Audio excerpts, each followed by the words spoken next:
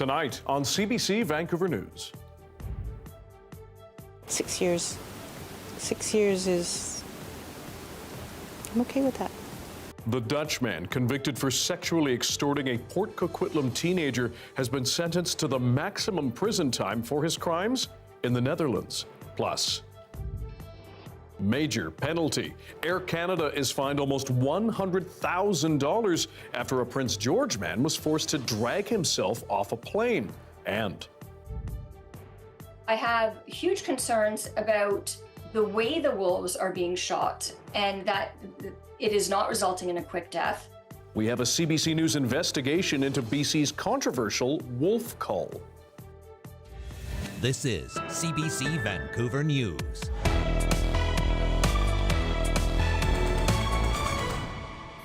Hello, I'm Dan Burritt. Thanks for joining us. The man convicted of sexually extorting BC teenager Amanda Todd has been sentenced to 6 years in a Dutch prison. As Lindsay Duncombe explains, he's been handed the maximum sentence for his crimes in the Netherlands. After 10 years of judicial hearings on 2 continents, punishment for the man who tormented Carol Todd's daughter. 6 years. 6 years is... I'm okay with that. Hopefully it sends a message to other offenders that you can be caught. 15-year-old Amanda Todd killed herself shortly after posting this video, detailing how for years an online predator forced her to take sexual images and shared them widely. That predator was Dutch, Aydin Coban, then in his 30s. A court in the Netherlands has since sentenced him to 11 years in prison for exploiting 33 others. But Todd's case was separated. Coban was extradited to face trial in British Columbia, where he was sentenced to 13 years. The sentence had to be converted to the Dutch legal system, where Coban will serve his time. Advocates were surprised that court imposed the maximum it could for the crimes in that country, 6 years, to be served after his current sentence is complete. I think that there was a risk that there would be no additional time imposed in the Netherlands, so the fact that there is some time is a positive development. Coban is expected to appeal to the Dutch Supreme Court. The international legal cooperation comes as more and more children face sextortion, often by criminal networks seeking cash. You give a message to potential perpetrators. If you take the risk of causing casualties elsewhere in the globe, there's also a chance that you will be sent to that country. People who study international law see this prosecution as a success, possible because Canada and the Netherlands share treaties. Authorities trust each other. Finding and convicting predators in less cooperative countries is far more difficult. Lindsay Duncombe, CBC News, Vancouver. Air Canada has been ordered to pay almost $100,000 after an incident involving a BC passenger who lives with a disability. An investigation was launched after a CBC News story detailed what happened to him. Our Michelle Gassou broke that story and joins us now with more. Michelle, this is a big fine. Remind us what happened here. Yeah, Dan, this incident dates back to August 30th of this year. Rodney Hodgins and his wife Deanna were headed down from Prince George to Las Vegas for an anniversary trip. Now, Hodgins has spastic cerebral palsy. He uses a motorized wheelchair. When they landed in Vegas, he was told by Air Canada crew there is no help available to get him off the plane. He'd have to get off himself. And he says at first he laughed. He actually thought it might have been a joke, but then he realized he'd have to get down on the aisle on his hands and knees and drag himself using his arms, pulling on the bases of the airplane seats. He said the experience was dehumanizing and left him in pain for days. Michelle, that incident shocked many people across this country, and it prompted the Canadian Transportation Agency to actually get involved. Yeah, so the CTA started their investigation after our story published, and they have now ordered Air Canada to pay $97,500. They found Air Canada violated the Accessible Transportation for Persons with Disabilities regulations because it failed, first of all, to help Hodgins off the flight, also failed to check on his well-being once he was out in the terminal. Daniel, also remember we reported a second incident involving Air Canada when another passenger was dropped. That led the federal transport minister to summon the airline officials to Ottawa for a meeting. And after that meeting last month, the CEO of Air Canada said they'd be introducing a number of changes to make their airline more accessible, and they'd be training more staff. Michelle Gassoub, thanks very much. An animal lawyer is raising concerns about BC's controversial wolf cull after CBC News obtained documents through a Freedom of Information request that details how it's being done. As Michelle Morton tells us, the province says it's just one of several initiatives to try to save threatened caribou in critical habitat. A warning for you, the story does show images of dead wolves.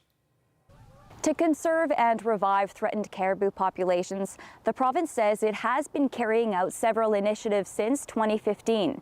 They include habitat protection, maternity penning to see more calves born, and the most controversial, predator management. That involves shooting wolves from a helicopter, and the government describes it as the most effective and humane way of reducing the population. The ministry says more than 1,900 wolves have been killed and caribou herds have stabilized or increased since the start of the wolf cull. Documents obtained by CBC News through an FOI request provide a glimpse into how the wolf cull has been operating. We received documents of specific plans for culls protecting 2 caribou herds between 2020 and 2021. They also provided several pages of logs tracking how many shots it took to fatally shoot some wolves between December 2018 and March of this year. The majority of the wild animals are reported to have died immediately, but the documents reveal some wolves required follow-up shots. And that really raises the question about the cruelty involved behind this. Rebecca Breder has worked with the conservation group Pacific Wild, which has been calling for an end of the wolf cull. I have huge concerns about the way the wolves are being shot and that it is not resulting in a quick death, which leads me to believe that there are breaches of our provincial and federal animal cruelty laws, that the people who are actually killing the wolves are not keeping records as they should. Breder says the FOI documents suggest shooters in the helicopter assume the cause of death is from an instant shot, but argues they are too high up to confirm that. I don't care how amazing one thinks they are in shooting targets. It is just illogical to believe that these killings result in the immediate death without any suffering at all. Nathan Cullen is the minister responsible for the program. He was not available for an interview about the FOI documents by deadline, but he responded to concerns surrounding the wolf cull that were raised by Pacific Wild last month on CBC Daybreak North, calling it a last resort. We don't do anything on predator management unless we're also combining it with significant habitat recovery. So that is the effort where this is meant to be a stopgap measure, and it is, because the larger and most important question is around habitat. The province says research shows culling the wolves is an effective short-term measure in reversing caribou population declines. It adds its approach is based on scientific and wildlife management principles. The documents also show predator reduction has cost the province more than $10 million. The ministry says the wolf cull program will continue until 2026 and will be re-evaluated then. It was renewed last winter. Michelle Morton, CBC News, Vancouver. A BC MP is taking the long way home for the holidays by train. Taylor Backrack, the Skeena-Bulkley Valley NDP MP, is using Via Rail to make his way home from Parliament Hill to Smithers. What he says would have been a 3.5-day journey years ago now takes an extra day and highlights the need for improvements. We caught up with him on the side of the tracks in Dunster, BC, to speak about a bill he says would be a big fix. So last Thursday in Parliament, I tabled Bill C-371, the Rail Passenger Priority Act. And the idea here is very simple. It's to give passenger trains the priority on shared tracks in Canada. So instead of the current situation where passenger trains have to frequently pull off and make way for long freight trains, right now freight trains can be up to 5 kilometers in length, the situation would be reversed and the freight traffic would have to make way for the passenger train. Backrack expects to be in Smithers by the weekend. As for his bill, it will take some time to get it debated, and you can read more about it at our website, cbc.ca/BC. Police say a woman has now been charged with human trafficking in the township of Langley, and officers say those charges involve minors. Mounties started investigating in the spring after they were called to a gas station near 88th Avenue and 204th Street. Police say they found an injured and distressed woman there and were led to a nearby hotel. Mounties say Jennifer Lynn Stevens was then charged with assault. She did not show up to her court hearing and was arrested earlier this month in Abbotsford. Stevens now faces 14 charges, including trafficking a person under 18, forcible confinement, and benefiting from and advertising sexual services. A prop for a teacher's presentation at a Vancouver high school today set off a lockdown and an emergency response by police this morning. The VPD says it received a 911 call from a teacher at Lord Byng Secondary reporting a man carrying a rifle into the school. An emergency response team raced to the scene and the school was locked down while officers searched for a suspect. Police say they eventually found a staff member who confirmed they brought a vintage rifle they meant to use in a class presentation. There it is. An East Vancouver woman is calling for someone to do something after she says a raccoon attacked her and her dog twice in just a few months. But as Zara Premji explains, it's really unclear who's actually responsible. I can tell you when a raccoon jumps on you or is trying to crawl up your body, it feels like a larger animal than you would think. It was a night much like this when Tamara Herman was out with her senior dog for a walk. Next thing I knew, there was something on my head, and it was absolutely terrifying. It was a raccoon, and it started attacking my dog, and I tried kicking, I started screaming. I was wearing this coat, and it grabbed onto these pockets and was crawling up my coat towards my face at one point. Not once, but twice, she says she's been attacked by raccoons while out with 11-year-old Pika. Now when I go for my nightly walks, I leave with an air horn. So I figured the city would be on it and say, that sounds like really odd behavior for a raccoon, we're going to check it out. And instead they said, well, we can't deal with raccoons, it's not in our mandate, call animal control. And so they transferred me, and I spoke to a conservation officer, and they said, well, we deal with bears, cougars, wolves, and coyotes, and we don't deal with raccoons. After lots of back and forth with the city and province, they do confirm to the CBC they do not assume responsibility. Dogs, cats, bears, even wolves all have a place, but when it comes to raccoons, they just don't make the list. And the province says when called about raccoons, conservation officers suggest the public contact pest control companies and private trappers. It just feels like the only choice I have is to spend a lot of money hiring an exterminator. There's this strange administrative gap, and we're kind of being left to deal with it. And this isn't the first time this has happened in recent months. Back in August, 2 Vancouver residents and their pets were attacked by raccoons just hours apart and given the same answer by the province, something Barb Boony says is a standard. No one's accountable for anything. And, it is a municipal problem, so it's not up to the province. It is a city municipal problem. I think the city should be handling it. It's a ridiculous situation to defend myself against a raccoon.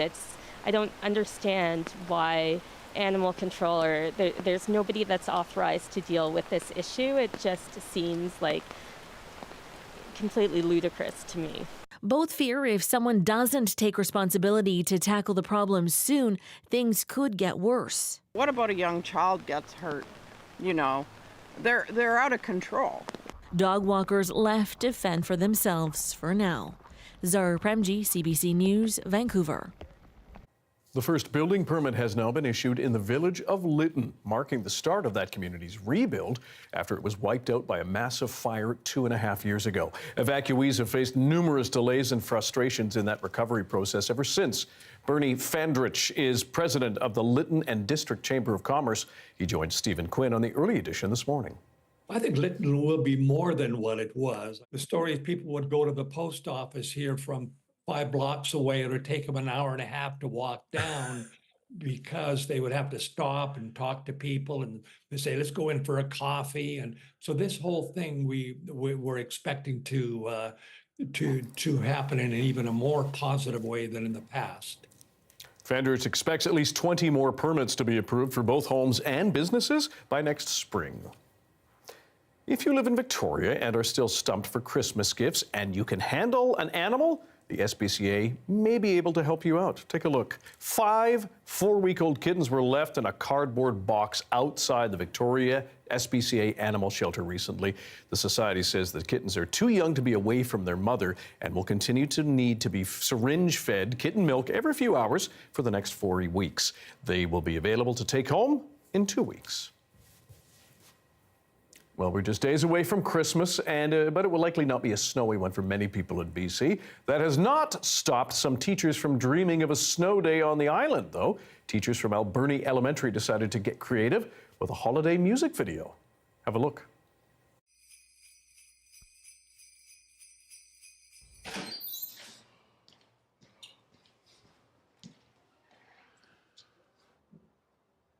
I'm so tired. Yeah, me too. Would you read me that story again? The one about the snow day? Yeah. Sure, buddy.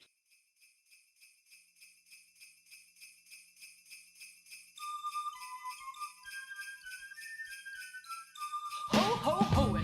When you think of Christmas, it be snowing. And kids be wishing for a day to chill all slowing. So knowing they showing a weather event, we refreshing the long range for a snowy present. So note, your teachers, they have a special plan for their snow days, no-go days. So check it out, fam. The staff is at the school, not at home, you see. Our snow day attendance is mandatory. So look, get shook, a sight you can't conceive. Teachers are fun, can you believe? No! We'll be vegging like legends in our super comfies. Would you like some eggnog? We SVP! Catching up on marking, so reports are all done. Racing down the hallways, we do it right, son. Testing of the centers, quality control. Using the scooters down the hallway, we both. Eating the candies we had in our desk. Resting is a muscle cause we must, we rest. Hoping for snow, hoping for snow, hoping for snow on snow day, yo. Hoping for snow, hoping for snow, hoping for snow. Here we go, here we go. We're from the coast. Does this mean we get no snow day fun? In our town, it snowed an inch. We did not flinch. Then our roads were all shut down. So we singing on the PA, karaoke snow day. Some be dancing ballet or working on some crochet. We're running in the hallway, so we roll. That's how snow day is supposed to be. A very Merry Christmas for everybody. May your break come speedy. Go help the needy. Don't be like the Grinch, cause the Grinch is greedy. Hoping for snow, hoping for snow, hoping for snow on snow day, yo. Hoping for snow, hoping for snow, hoping for snow. Here we go, here we go. Yeah, that's right. Hoping for snow. Pizza day is Friday. Everyone in a single file line. 1, 2, 3, eyes on me. Sac à dos, rangez vos chaises, library books in tomorrow. The bell doesn't dismiss you. I do. Dismissed. Hi, Russ. You didn't tell me we had to do the weather around DMC tonight. Come on. Have a little heads up. Come on, Dan. That's my bad. Wow. I love that. That was a performance. And when you think about it, too, there's no way they wrapped it on the first take. So I mean, teachers are good. They're wonderful, wonderful people. Wow. I love that. Now, if only I had some snow to offer you up in the forecast. I do. What can you help them? Won't be on the island, but it will be in the interior. So perfect time to start right here as we look across the BC interior. My goodness, it was mild today. We got to 11 degrees in Lytton. Temperatures well above average for this time of year. The freezing level is elevated. It's going to be coming down tonight and tomorrow morning, and even more so for the following day. So have a look at your interior forecast, specifically across the southern part of the province. We see temperatures like 6 in Kamloops tomorrow, and even 4 in Kelowna, 6 in Merritt. Seems like no problem at all. It's all rain. No, the freezing level is coming down, and the routes between the coast and the interior will be seeing a transition from rain to snow. That's the Coquihalla Highway 3, the connector. During the day tomorrow, it looks rather treacherous on those highway routes. Closer to home here, we'll have a transition. I think there's more rain coming tomorrow morning. It blows on through first thing in the morning, and it looks like I pushed the wrong button there, but we have some showers tonight, some rain tomorrow morning. Dan, if I'd hit the correct button, you'd see those big sunny breaks coming tomorrow afternoon. We'll give you all the details about that a little later on. Sounds good. Thanks, Russ. Is there an elusive Christmas gift on your list this year? We're going to take a trip back to 1983 and recall the big hunt for a kid in a Cabbage Patch. And ask the big man himself today what the kids are asking for this year. You'll want to see this.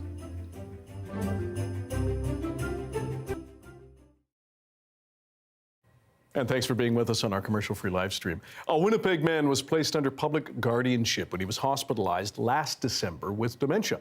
In the process, though, he was locked out of his house. Now he's fighting to get it back. Carolyn Bargout has his story. This was the window that was broken. This is the first one I saw. And you can see that somebody really tried to get in there. Paul Cameron Miller is desperate to go inside his house. It's been nearly a year since he lived here. Last December, the 65-year-old froze his feet and ended up in hospital for months. He was deemed incapable of looking after himself and placed under the care of the public guardian and trustee of Manitoba. So there's the evidence of the broken glass. So there had been definitely break-ins. Miller's home has been broken into 4 times, but the public trustee hasn't allowed him to go inside to see what's been stolen. I haven't experienced violence like this to my home. You know, in the time that I was here, not such a thing would have ever happened. On this day, Miller and his friends waited for an hour for the trustee to let them in. But then his case manager told them that wasn't going to happen. Hi, Chris, sorry to bother. Sounds like we'll have to postpone the meeting on Monday. So I know Janine wasn't there this afternoon. Chris Olafson has been advocating for Miller to get out from under guardianship. Since being placed under the care of the public trustee, Miller says he hasn't received a penny of his own money. His house is nearly in foreclosure, and he has no idea what happened to some of his belongings. Miller has been living with Olafson since August, and after months of asking for access to his house, the pair were allowed in last week. It was just one of these things where it was kind of sitting back and going, okay, there is some serious stuff missing here. Miller says his home was trashed and it was hard to see what was there, but he believes his mother's ashes are missing. I did not see the urn there at all. And if it was, it may have been one of the things that was shattered on the floor. Who knows? While the home was very cluttered before Miller was hospitalized, Olafson is concerned about the damage from the break-ins. She says valuable artwork was destroyed and several items appear to have gone missing. It was devastating just to see that kind of destruction and to see, like, you know, the Picasso print lying on the floor with a big boot mark on it, and knowing that like there was all these pictures that were on the wall that were just thrown onto the ground. Miller and Olafson say it will take a few more visits to the house to figure out what they can sell in hopes of getting the mortgage paid up to date to prevent foreclosure. Miller will be reassessed by the chief psychiatrist in January. Until then, he says he plans to keep fighting to prove he's capable of looking after himself so he can get out from being under guardianship. Caroline Bargout, CBC News, Winnipeg.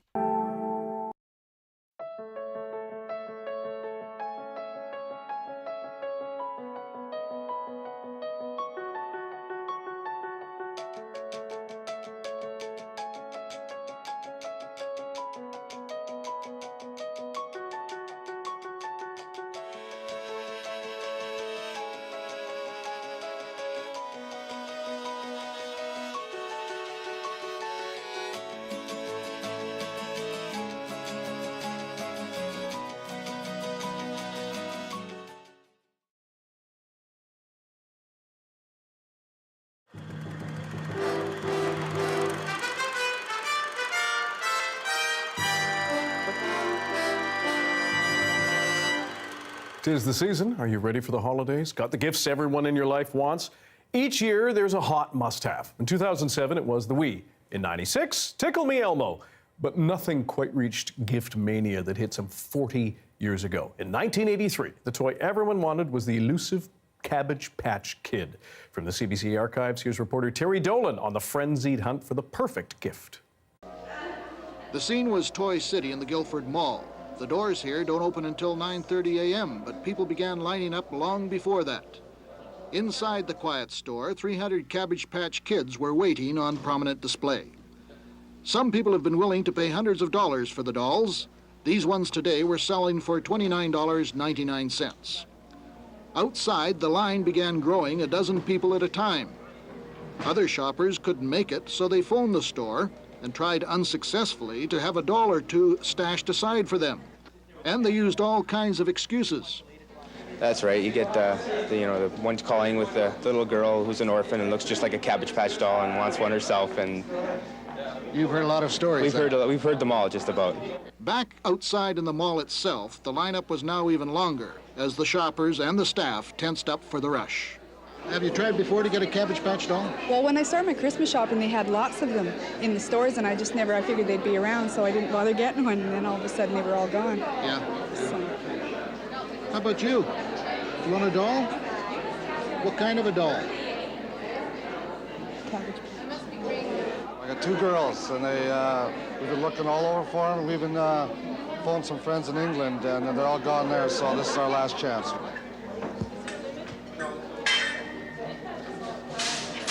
Then it was 9:30.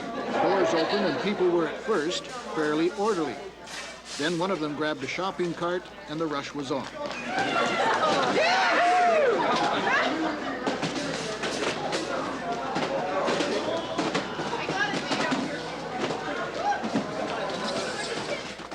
It took only 4 minutes to clear the shelves.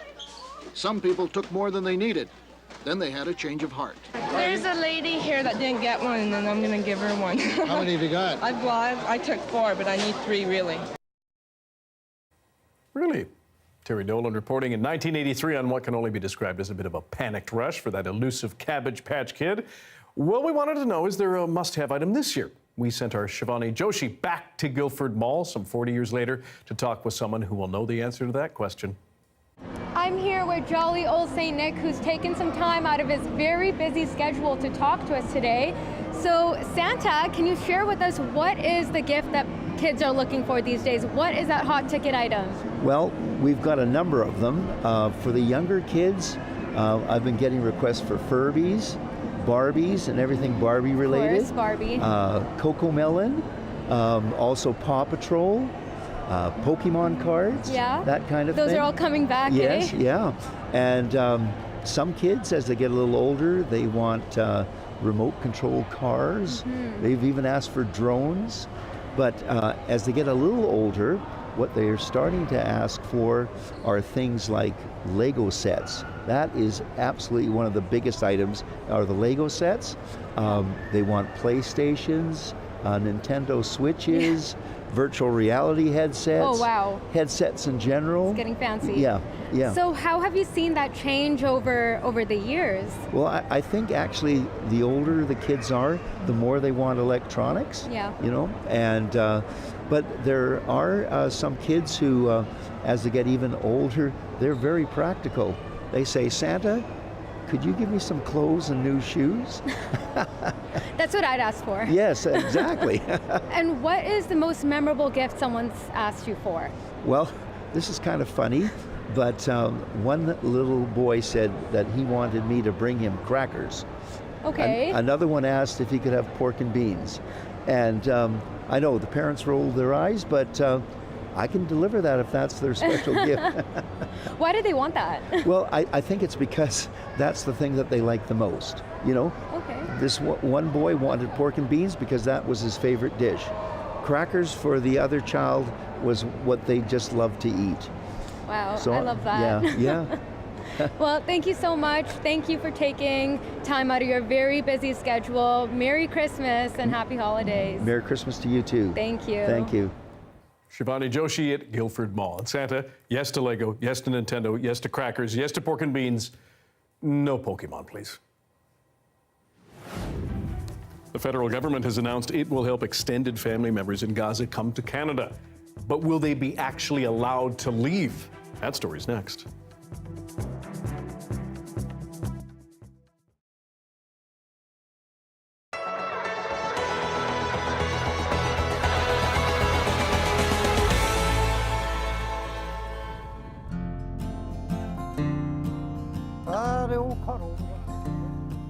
This is where Boony feels most at home, hunting for the perfect Christmas tree. Oh, not a nice one there, boy. But it's been a few years since Ralph Lethbridge has done this. That's because cancer is ravaging his 79-year-old body, sapping his strength. Red there, boy.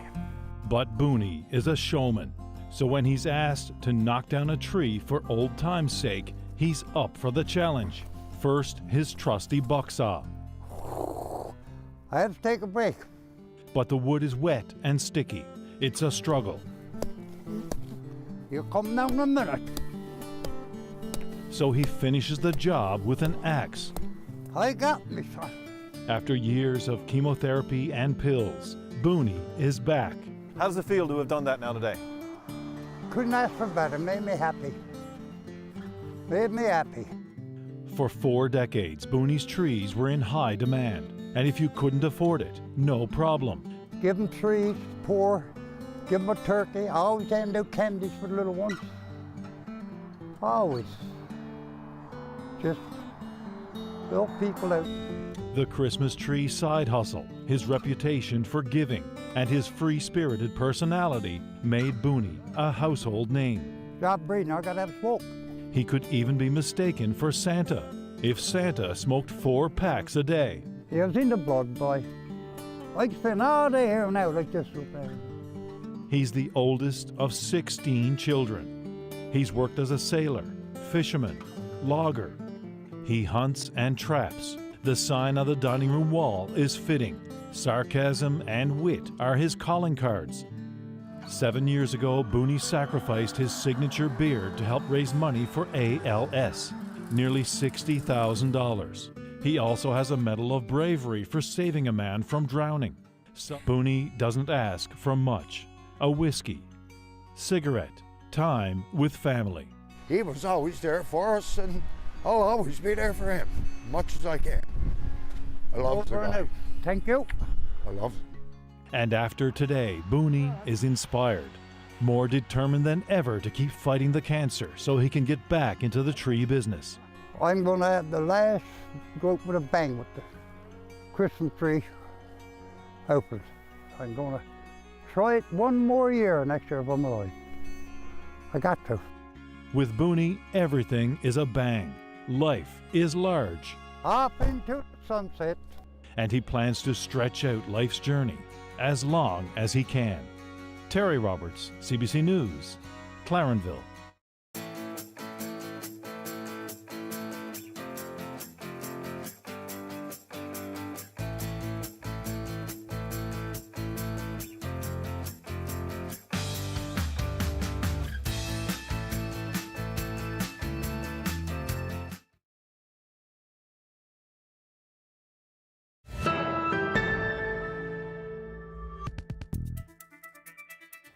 The federal government has announced new temporary measures that could allow extended family members of Canadian citizens and permanent residents to flee Gaza. And as Rafi Boudjikanian tells us, for some, it cannot come soon enough. Please, God protect you. The last text message Isra Al-Safin got from her brother was a heart emoji. I'm like, make sure it's safe, make sure there's nothing else happening, because we know airstrikes gonna happen anywhere. And he's like, don't worry, we'll be good. But she says Ahmed Al-Safin was killed in an airstrike while attempting to flee northern Gaza. His wife and infant son made it to the south, where they joined Al-Safin's parents. I want them to be safe. I want them to settle down. Now, Ottawa has announced a lifeline to extended families of Canadians or permanent residents like the Al-Safins, allowing them to temporarily come here. We understand that many are concerned about the safety of loved ones currently residing in Gaza. Today is about providing a humanitarian pathway. But even some Canadian citizens who are already eligible are having trouble getting out of Gaza. Mahmoud Kuta counts his blessings as he survives day by day in this refugee camp. When I go to find water, when I go to find food, I tell my wife goodbye. I kiss my daughter, and I hope it's not the last kiss that I give to her. I called the Embassy of Canada and told them why is my name on the list, and they kept on answering me with the same answer. We have no update and we can't answer you. The immigration minister admits it's not entirely Canada's decision. The Israelis have their say. They will screen people and decide whether they leave or don't leave. We don't have any assurances as of yet. For Al-Safin, an agonizing wait for clarity. The news of my brother's death, it's hard. Just thinking about that's going to happen again to one of them, I can't think of it. But she also managed to meet with the immigration minister, who told her his department is putting the finishing touches on how to apply for these special measures, giving her some hope she'll see her family here safely soon. Rafi Boudjikanian, CBC News, Ottawa. Statistics Canada says about a third of new arrivals to this country are refugee claimants. That's the most in a decade. The influx has strained local shelters and forced some people to sleep on the streets. Philip Lee Shannock looks at the situation in Canada's biggest city. Then we have the different offices. It started in a small church in a strip mall and spread to a bank, restaurant, and offices above. By word of mouth, asylum seekers found their way here to get a hot meal, some winter clothes, and a place to rest. for some reason, when they say they don't have anywhere to go, some of the cab drivers know where we are, and they're actually bringing them to us. The church opened its doors in the summer after city shelters began turning away refugee claimants who ended up on the street. It was supposed to be a temporary fix. We knew it wasn't sustainable, don't get me wrong, but we thought we were going to be getting some type of help. Now they're out of money, in debt, and say they have to shut down in a week, leaving those who rely on the shelter facing an uncertain future. Actually, I don't really have nowhere to go. Now they're spreading the word that asylum seekers should look elsewhere.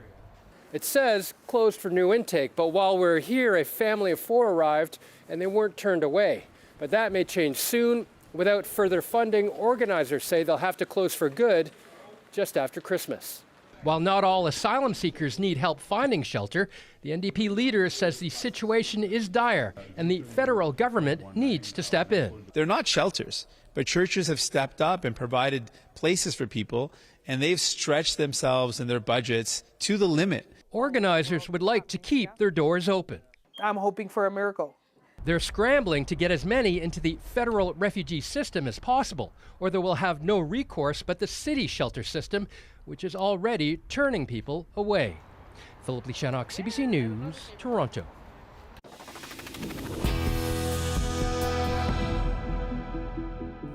At least 14 people have been killed and 25 others injured after a man opened fire at a university in central Prague. Czech police say the shooter has also been found dead. Tanya Fletcher has the latest. A scene of panic, people running through the streets of Prague, a mass shooting at a university in the middle of the city in the middle of the afternoon. Dramatic video appears to show people jumping to safety from an upper balcony. Another image shows students climbing out of classroom windows, hiding precariously on a ledge several stories up. Down below, a man was frantically texting with his daughter, who was inside the building. And I was giving their instruction, like not to be next to the window, lay down, barricade the door. He describes a stampede as students and staff made their escape, some with hands on their heads, others holding onto the shoulders in front of them, single file. Police say the gunman was a 24-year-old philosophy student at the university with no criminal record. Investigators believe he shot and killed his father in a nearby village before heading to Prague, saying he wanted to take his own life. The young man's own lifeless body was later found on campus. It's not clear whether he was killed by police or himself. The Czech Interior Minister is calling this shooting an unprecedented and insane act. Officials are working on the theory this shooter was also responsible for the deaths of a man and his baby daughter last week in a forest outside Prague. Police say they have reason to believe this shooting may have been inspired by a similar mass shooting in Russia. At the very least in the Czech Republic, this is an opportunity to look back and say, where could we as a society have intervened earlier? This expert says access to firearms is only one piece of the puzzle. But we know that if individuals who are motivated to do harm will find other means to do that. And so thinking about what is it from a social context that actually contributes to the outcome. Tanya Fletcher reporting from Washington. Warm winter weather is threatening ice roads that connect northern Saskatchewan communities, and some there may have to fly in supplies. That story after this.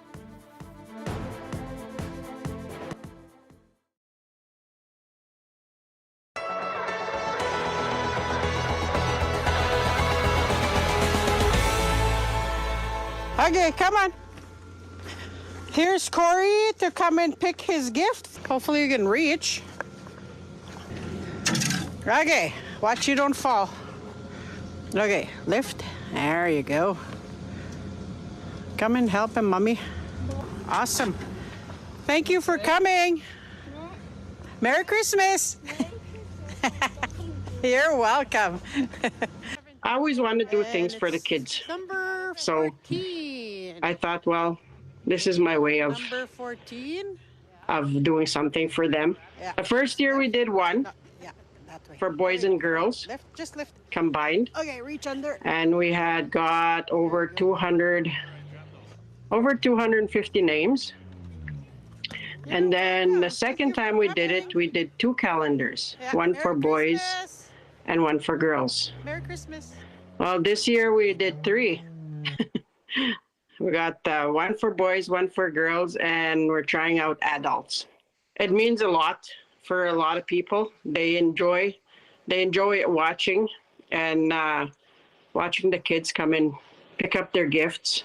And here she comes. For the girls, there's Barbies, makeup kits, and for the boys, the cars, game boards, and for the little ones that get excited, the smiles on their faces.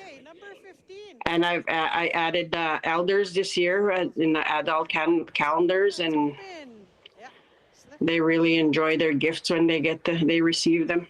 My family, my mother was a very kind woman when she was alive, so that inspired me to help out kids. She always had something for the kids, so that inspired me to do something for the kids as well here.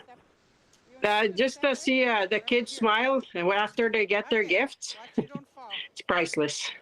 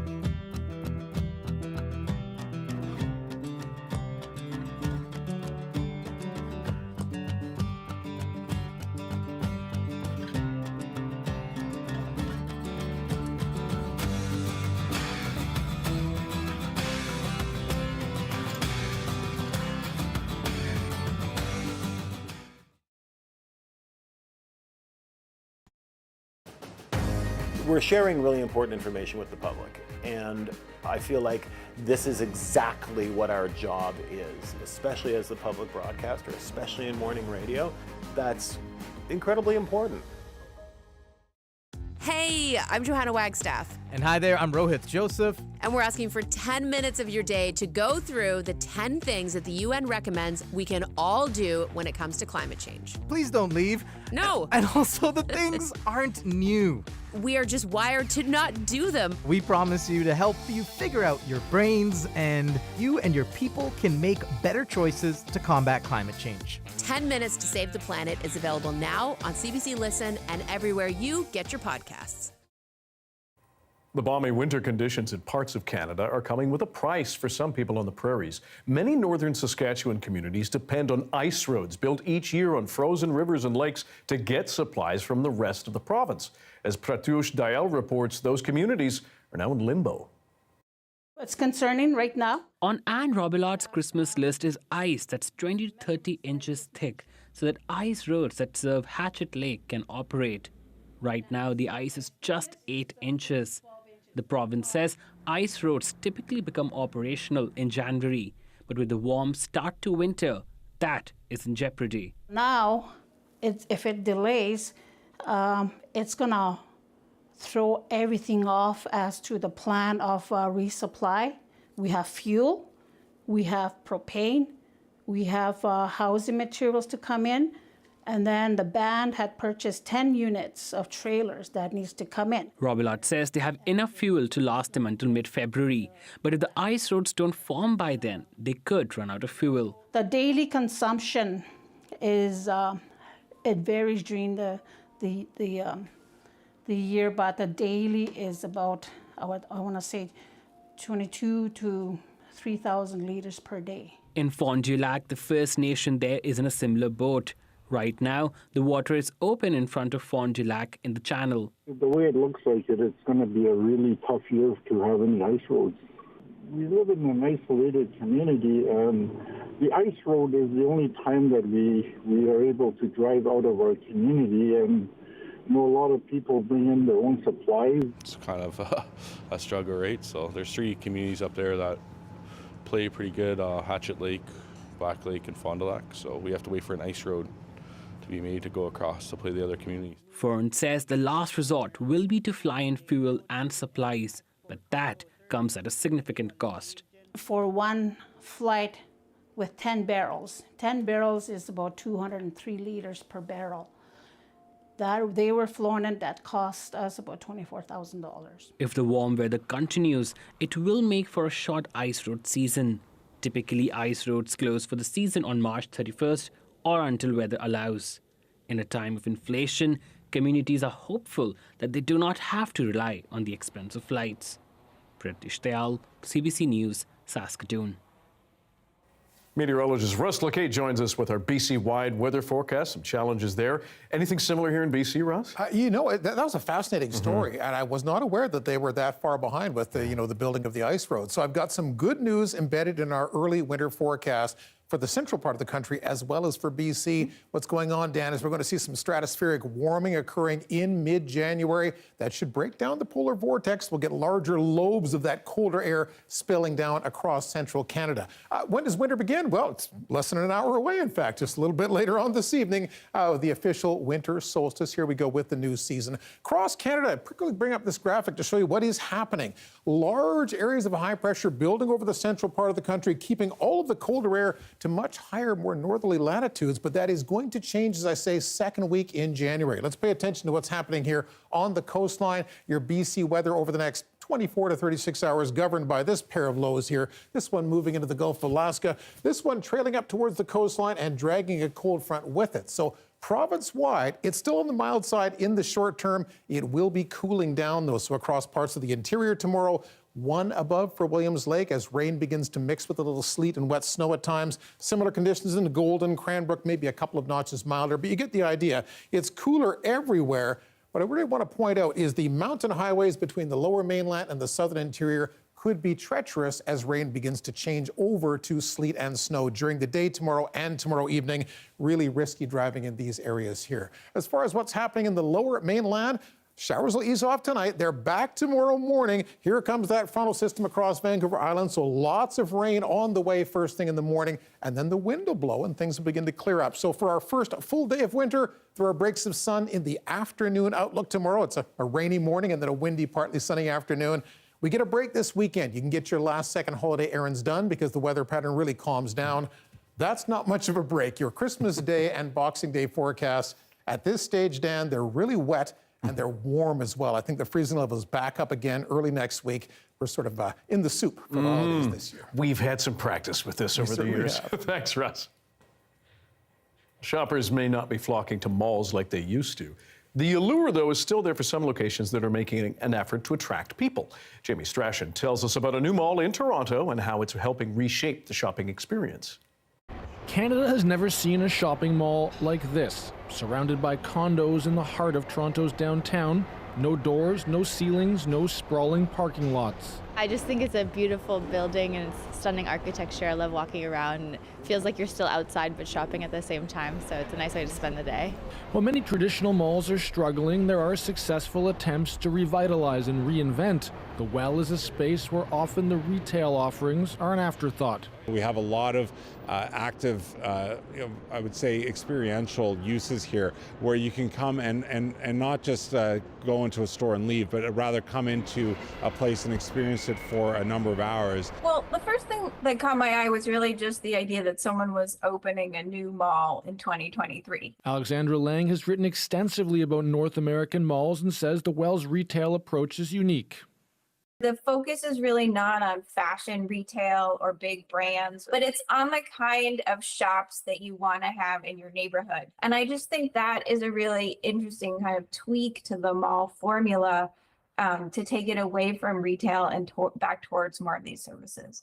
Toronto's Yorkdale Mall is doing more business than ever, drawing visitors with a large collection of luxury brands and offering unique experiences like the Dior Christmas tree.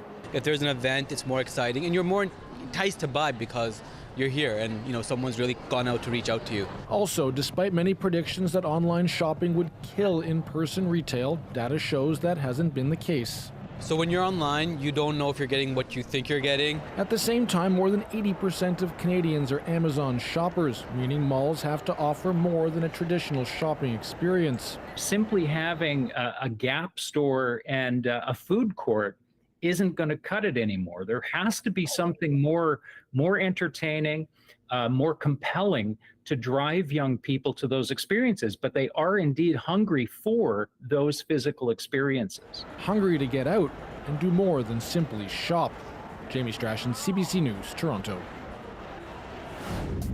The votes have been tallied, and the big winner of CBC Radio's holiday song is a piece written on a hot August day on the edge of a lake. We're going to take you back to 1968 and a stunning performance from Canada's own Gordon Lightfoot. You will want to see and hear this.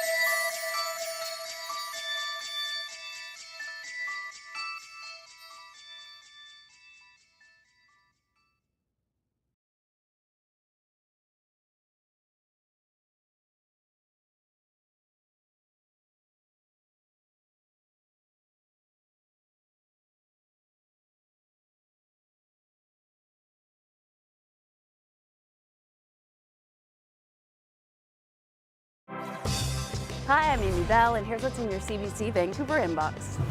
For 37 years, British Columbians have been donating to food banks at CBC British Columbia's Food Bank Day, raising more than $18 million for food banks in BC. December 1st kicked off the annual charity drive and continues to the end of the month. We thank you for generously donating and supporting local communities in our province. Make the season kind and donate until December 31st at cbc.ca/foodbankday.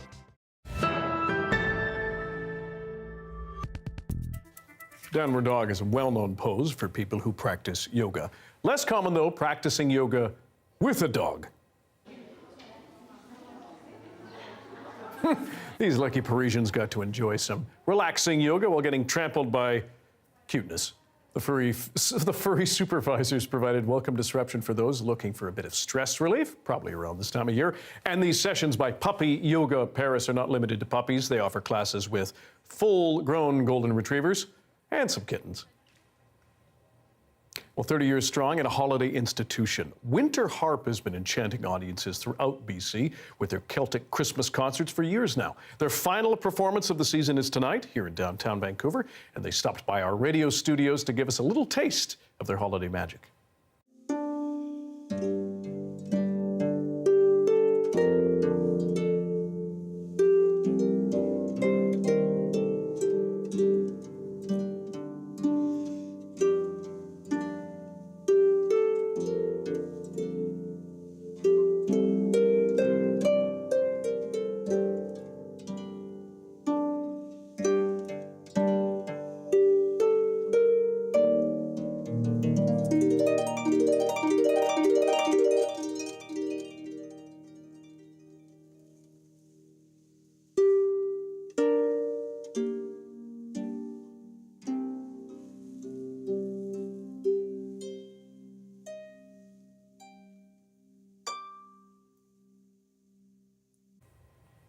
Finally, still with music, the votes have been tallied, and in the end, a Canadian classic took the big prize in the Early Editions Holiday Song Contest of 2023.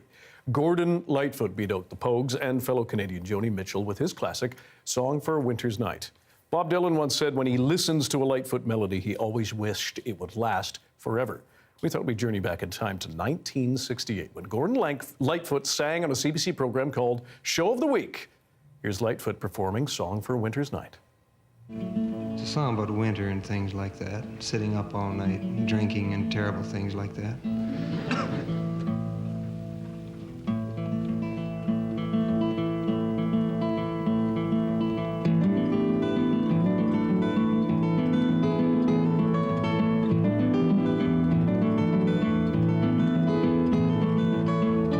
Lamp is burning low upon my tabletop. The snow is softly falling. The air is still in the silence of my room. I hear your voice softly calling. If I could only have you near to breathe a sigh or two, I would be happy just to hold the hands I love on this winter night with you.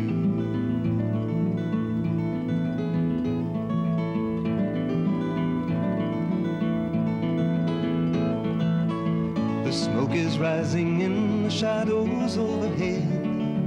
My glass is almost empty. I read again between the lines upon the page the words of love you sent me. If I could know within my heart that you're lonely too, I would be happy just to hold the hands I love on this winter night with you.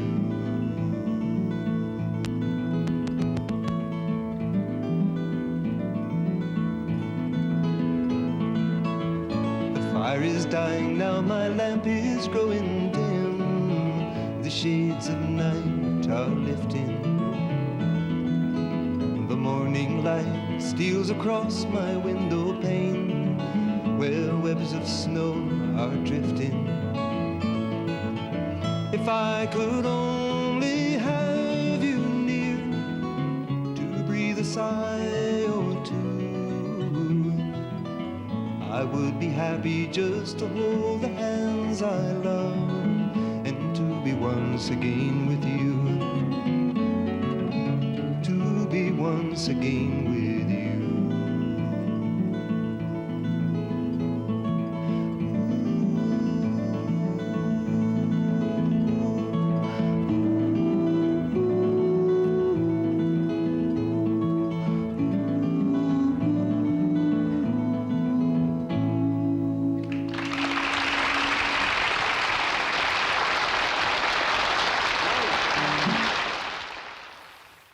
Thanks for being with us tonight on CBC Vancouver News at 6. We're going to leave you with a new sign at Canada Place, just in case you forgot the name of this city. You can watch this newscast on CBC Gem, our free app, as well as on YouTube and our website, cbc.ca/BC. I'll have your next local news at 11 o'clock, right after the National. See you then.